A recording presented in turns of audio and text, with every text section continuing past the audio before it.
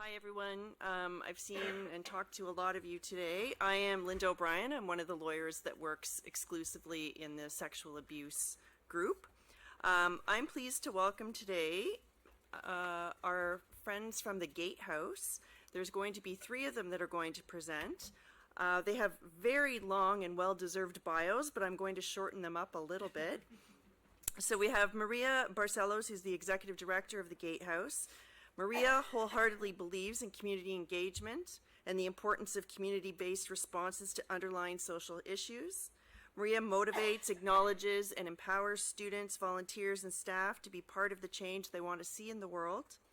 She's an avid believer in the principles of transformative community justice, and she values building safer communities through collaborative knowledge sharing, idea and process formulation, and implementation.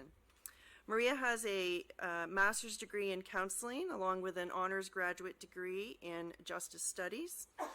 And Maria is a founding member of the Survivors Council of Canada, which was founded in 2022.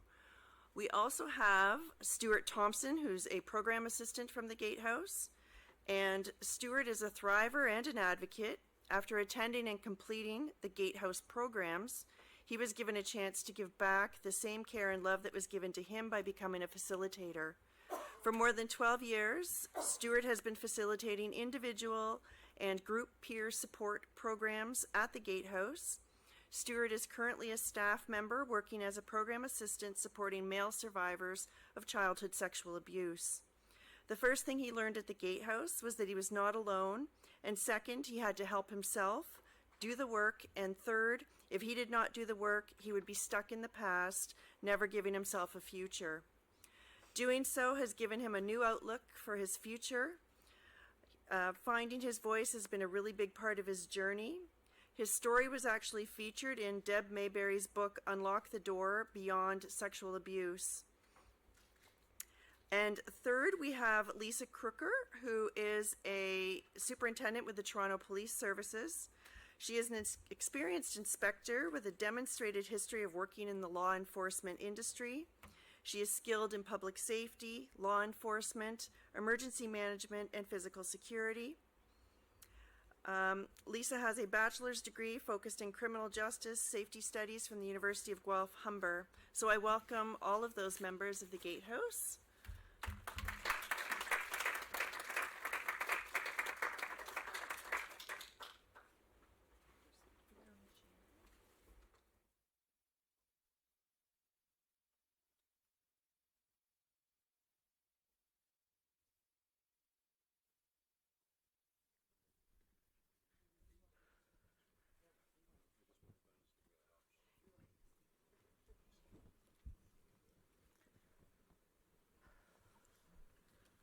Is this thing on? I don't know. Is it on? Can you hear us? It is on. Okay, cool. Okay. It's on? Yeah, it is on. Thank you. Okay, thank you everyone for being here. You could have chosen to do anything else with your life today, and you chose to attend this conference in person. And hello to the people online. Where do we say hello to those folks? Is it there? Hello. Hello. We live in a hybrid world now.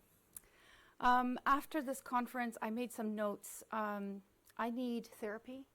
I need medication. Dr.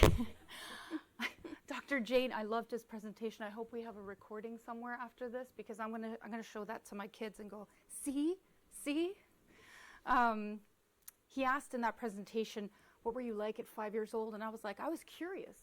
That's what I was like as a kid before the abuse happened. I am a survivor of childhood sexual abuse, and 13 years ago now, I joined the Gatehouse. If you had asked me that question 13 years ago, I'd be like, nope, not talking about that, not ready to do that, not ready to disclose. If I could ask our lovely magicians at the back to switch to the next slide. I don't have the clicker thingy, if you can do that. Or can we move the chairs just forward? Sure. Okay. How do we work this thing? Green? Sure. Okay. Do you want me to do it? Do you want your clicker? I don't know. All right. For use. There you go. Thank you. So the Gatehouse is an organization, we're a charitable organization that's been around for 25 years. So that means that Stuart and I have been there for half its lifetime, which is amazing. It feels like we just met yesterday. Here's our mission and vision. I'm not going to read from the screen. I'm just going to say that what happens at the Gatehouse, there are 5 steps to get up to the house. And those are the hardest 5 steps that any human being can take when they're coming forward, sharing their story. Survivors, I often say as well at our conferences and our events, they want 3 things that I've seen over the past 13 years. They want to be seen. They want to be seen as their authentic self. They no longer want to hide. They don't want to hide the pain. They want to be okay with crying. They want to be okay with being vulnerable. They're maybe afraid of those things. I know I certainly was. They want to be heard. That happens through the power of the head nod, being in group, witnessing someone else sharing their story, and then as Brene Brown says, the Me Too moments. Me Too are the 2 most powerful words you can say to anybody in struggle, and I wholeheartedly believe that anytime you're in struggle. They want to be validated. They want to be acknowledged. They want to be seen. Wait, we need to move on to the next slide. Where's the clicker thing? You got it. Sorry, I'm losing. I'm on Thank it. you. I'm on it. These are our programs. We are mostly peer support based, peer support group based. We also have individual limited peer support. We are mostly volunteer run. We have 5 staff and a budget of about $370,000 a year. We have over 100 volunteers, and I've mentored over 300 post-secondary students in my career at the Gatehouse. Happy to do so, the future leaders of our country. We also have some expressive arts therapy programs that we collaborate with the Create Institute to bring on art therapy students in training. I also I have facilitated in every one of these groups, and every time I have witnessed resilience, courage, and strength. For survivors, coming forward is a very courageous act. It is not easy. I was so impressed by Marley this morning and everyone that's shared here today, and all of you for being here today. Next slide, please. Thank you. These are just some stats of how many intakes we've done this year already, 198. And then we have classified them then by gender expression based on the intake forms that people have disclosed. We have a good completion rate of 76%, again, because we have people coming forward. Most of our groups are run by volunteers, as I mentioned before, who are also survivors themselves. We often hear this in yoga classes, namaste, and that's what happens at the Gatehouse. The light in me sees the light in you, the light in you, the light in you. I get to work with these awesome people. They're going to talk about I don't know what you guys are going to talk about, but We're gonna wing it. yeah, there we go. I have all the little notes. I think I'm going to end off with other messages that we hear at the Gatehouse and we give to our survivors that come forward. It is never your fault. It doesn't matter if you went back to the offender 10 times, 20 times. It happened over a course of time. It happened once. It is never your fault. You were just a child. Healing is not linear. We go back and forth and up and down, and we do all kinds of things to progress in life, blow up our life. And again, just watch again Dr. Jane's explanation. I was like, yeah, wait, I was like confused there for a bit. So I'm like, how come I operate here and here and here and here and here? I need medication was my second realization after that. I was like, holy crap. I think I'm going to end it there. So I get to be the director, which is awesome. So I channel my energy into giving back, doing these kinds of presentations, inviting my colleagues to be here and share their story. So I'm going to pass it on to Stuart, and thank you for being here. Thank you, Maria. Well, good afternoon, everybody, or almost good evening, but thank you for having us here today. So I'm going to basically just talk about men, because that's primarily what my role is at the Gatehouse. Aside from other things that Maria asked me to do, which I'm always there to do, no problem. But I want to talk a little bit about the men, because I think sometimes we don't get talked about enough in regards to our healing experience. So I'm not really going to focus on my healing experience, because I could be here all day, I tell you, and then, geez. Anyway, we're going to move on with that. Okay, so my role at the Gatehouse is primarily, I'm a program assistant. I take care of men. And on the statistics, Maria put up there some stats in regards to intakes and people we have come through the house. Well, as of to this date, I've done 68 intakes with men through the year. Now, the year's not over yet. And that, to me, is incredible. I think in the previous year, it was less than that.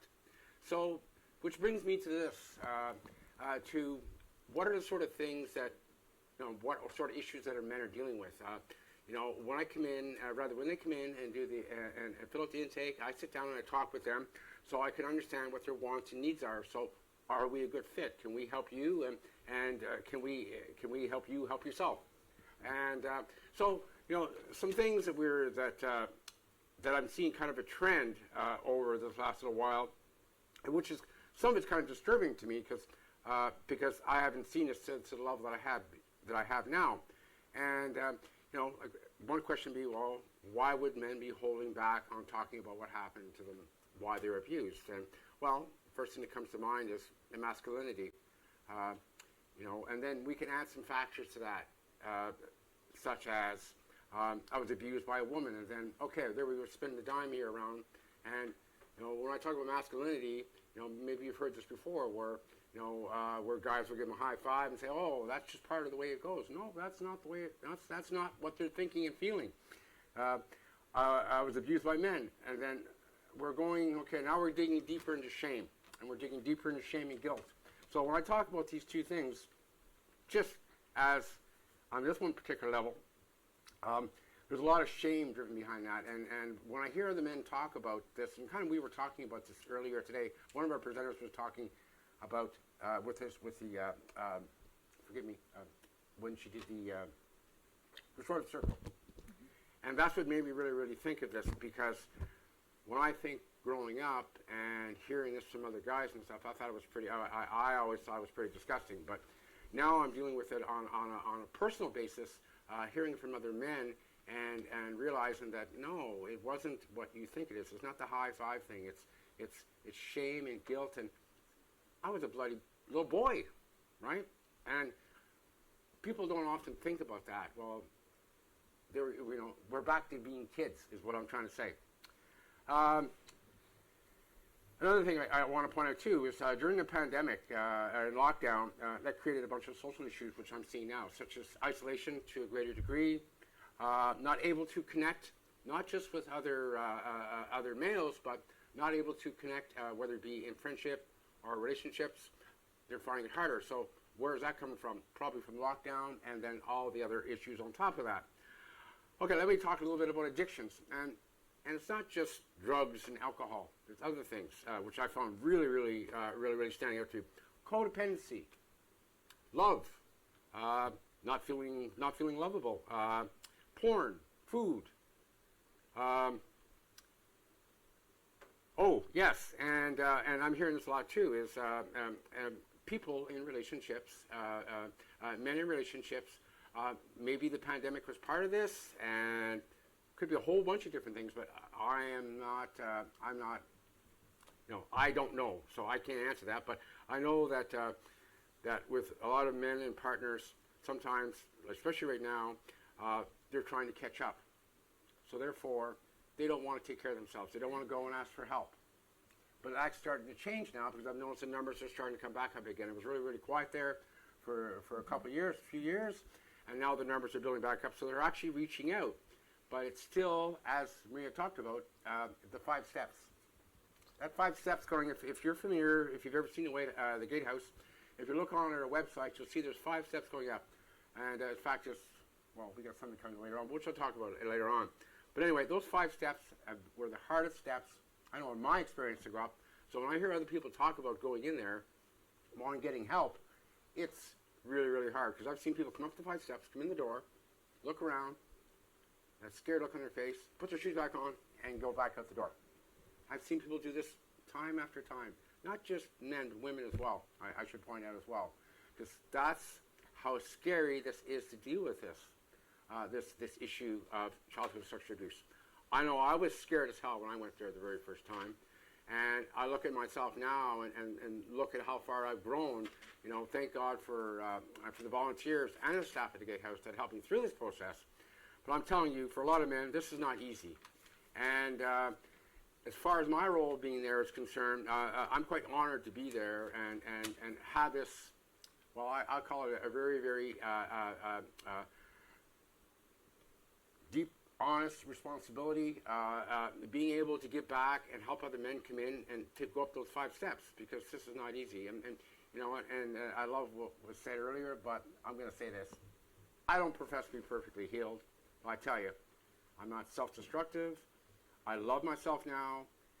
And I think those are very, very important things which I was never, ever able to say, which I'm able to actually say today without, you know, falling on the floor crying and going in the corner or wanting to run away. So you know what? I hope I bring you hope, because I try to instill this in other men that come into the Gatehouse, or anybody who comes into the Gatehouse, and help them understand that there's a better way than living what they were, and like I was living. Anyway, thank you. All right, Lisa.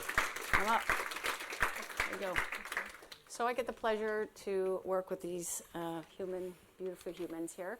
And really, I'm going to walk you through how my role started, because you saw that I was introduced as a superintendent with the Toronto Police Service, but that is not how I got involved in the Gatehouse. I, too, am a survivor, and I came to the Gatehouse, I always look at Maria for this, 8 years. 8 years ago, and I had been through much therapy. But I think you heard some very big words here that are very key, and I hope you can take it away, and I'm sure it's resonating with some in this room, is the shame behind this. You heard Maria talk about the 3, the voice to be seen. And when you look at the Gatehouse, that's what the Gatehouse was for me. Stuart talks about those beautiful 5 steps. I've been through therapy, but I can tell you, even as a grown adult, in a policing profession, those are the 5 hardest steps for me too. And a part of that, you have to see why. When you walk up those steps, you're about to unpack a deep secret, a darkness, a shame with strangers. But I can tell you, I stayed in the door.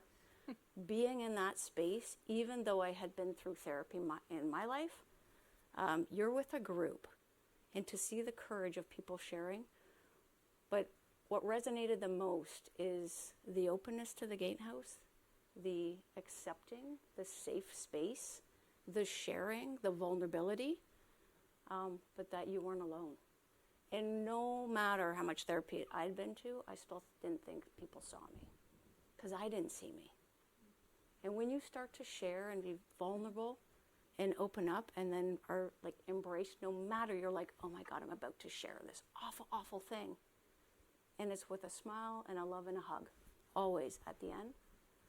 What else could you do when we talk about trauma that is more safe and welcoming and loving, because it's all suffering. And all of us experience trauma, sadly. We're all amongst people whose trauma and generational trauma. And we're learning so much. And when Stuart just shared about that healing journey, and what Maria said, a woman shared something a couple weeks ago, and she lost her son to gun violence. And the one thing that she stood in front of us and talked about is grief is not an event. Trauma in survivors is not an event. It is a lifelong healing journey. And there are barriers along the way. We get in our own way, and it goes back to what Stuart just said, which was so beautiful. He loves himself. Because I can assure you, when you're sitting in that room with those people at the Gatehouse, that is not what they're thinking about themselves. They think they're unlovable, not deserving. They think that the shame, it's dirty.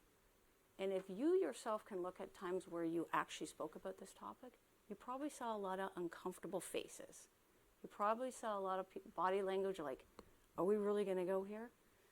So that was how I got into the Gatehouse, but you now see me in a uniform. And how that came to be is Maria would ask me to come speak.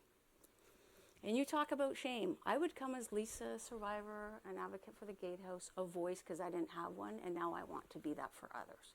But I still didn't bring the uniform in because of shame.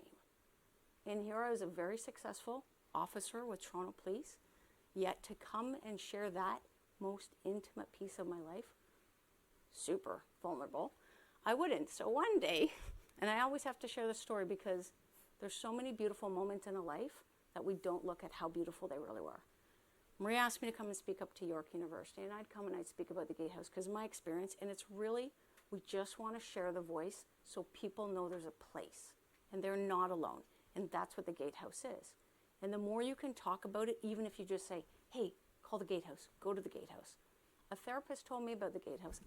I worked in Toronto, had no idea what the Gatehouse was. But Toronto Police partners with them. I still didn't know. So up at York University, in a class of 100 students, Maria, who usually introduces me as Lisa, says, oh, this is Lisa Crooker. She's a Toronto police officer. And if you could have seen me that day, Maria had no idea what had just happened. I was like this. And I sat at the front of the room. I think I was probably felt this small, but I spoke. And it was really uncomfortable and really vulnerable. But I sat beside a staff sergeant who was a male. And I can't even imagine if you just think of what Stuart just shared about men's healing journeys and shame and masculinity, and now put a police uniform on. But I sat beside someone equally as brave as I to sit and share our stories, because here's the thing, in 100 people, if we look at the statistics of 1 in 3 women and 1 in 5 men, how many were just sitting there listening to us? And here we sat at the front to share, and I hope that we were able to give hope to one of those students in that class. And from that moment on, I looked at how can I bridge what I do as a police officer, because now I'm in a service of 8,000. And now I have shared very openly with my journey. Because if I look at what we do for community outward, I also want to do for community inward. Because when you talk about policing and you look at the traumas that they too have experienced, and now we're then exposing them. They came to this job with trauma. So we talk about the mental health. We talk about working with community. This is where I could come in just from my own experience and just share, because I can tell you not many senior leaders want to really have this conversation. It's hard, it's a struggle, it's vulnerable, but that's something that I was so fortunate, and a gift that the Gatehouse gave me, and now I take advantage of it. And by taking advantage, I mean providing that hope, being an ear, and I have had members come and disclose, and I direct them to the Gatehouse, or at least give them the options of supports, and more so that they are not alone, and I'm going to sit in that vulnerability with them. So as a uniform, I am now the vice chair of the Gatehouse. I've been on the board 3 years. For 3 years, been the vice chair, sitting on the board, and I've brought in policing and partnerships. We've been working 16 years as partners with the Gatehouse.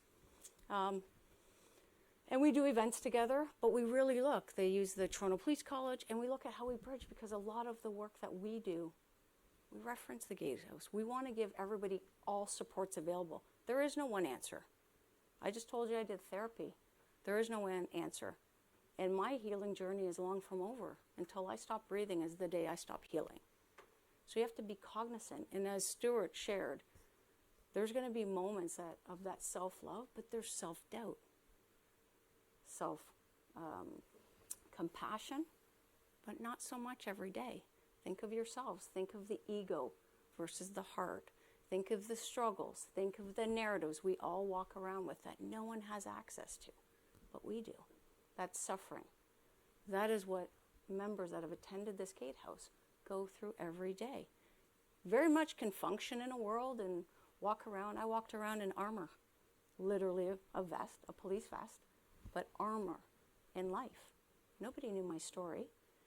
And one of the most beautiful things that I will share openly is I didn't disclose to my parents because of the shame. I could disclose to the Gatehouse. I could disclose to 100 students, but I couldn't share with my parents. And a part of my reason for not sharing is I just feared, what if there was rejection to my trauma? And that for a child to think of rejection from a parent, I don't know of anything worse. And that's just for my own. I just disclosed to my mom 2 months ago. I shared it with my mother, and it was all the work that I did in healing to know I deserved the space to share, but not just that I actually was in my power, that regardless of how it was received, I didn't deserve it. I am loved. I'm a beautiful human. And I have continued to grow and heal. But what I did receive was what the little girl in me always wanted, was to be embraced, to be valued, to be loved, even though I knew my mom really suffered with not knowing. And I can't imagine, I am not a parent, so I'm sure there are parents in the room. And what would that have been like if your child have shared that, or maybe some of you have gone through it? How was it received, and what did you do as a result? And that is difficult. And I couldn't remember. And I remember my mom just saying, "Are you just going to tell me how I was a bad mom?" And I said, "Oh, Mom, this is way worse. Sit down." And I can tell you the connection with my mother now because of how I showed up. And I have shown up in armor. You just saw me in a uniform, and I could rock that uniform, and you had no idea what was happening beyond that armor. Now, I never want to put on that armor again. And I want to be able to share that with people and to actually sit there in my power to share hope, to share a voice, to share a space. Exactly what the Gatehouse does, because I can tell you, there are so many people suffering, and childhood sexual abuse is only one trauma. But it is significant, because if you can think of the innocence lost during that time, everything, you come out so pure and innocent, and it is taken from you, and you have no idea why, other than the narrative of, I'm a bad person, I don't deserve love, I don't deserve a good life, I don't deserve compassion, and you sit in a space of judgment and shame. Your whole life, that is your battle. It is my battle to this day. But how you honor that is through self-love, self-compassion, self-worth. And that is what we all struggle. And sadly, every single one of us in this room struggle with self-worth and deservability every day. All the kids and the generations.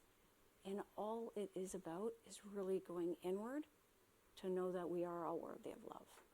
We are all worthy of compassion, kindness. And the more we give it to self is the more we spread it outward. That is what I've learned from the Gatehouse and in my journey, and that I know is my purpose beyond policing, is to spread that word and to be that voice that I wasn't from my age as a child to now. And sometimes I struggle with my voice. I sit here in this space before you now because I'm surrounded with amazing people who are so loving and supporting. And this is what we do so that others can one day feel comfortable to sit in this very chair to share that very message. And that is my role with the Gatehouse. And I take that back in any opportunity I can with the Toronto Police Service to share it internally, especially with our members who are really struggling with traumas. And I know statistically what they're struggling with. And if I can be a voice for them and encourage that healing, because that's what it's really about. Life is just about healing. We're all on a healing journey. And I think what that woman said to me weeks ago is, it's not an event, resonated. It's not an event. It is absolutely a marathon, lifelong journey. But it's so worth it for all of us. So thank you.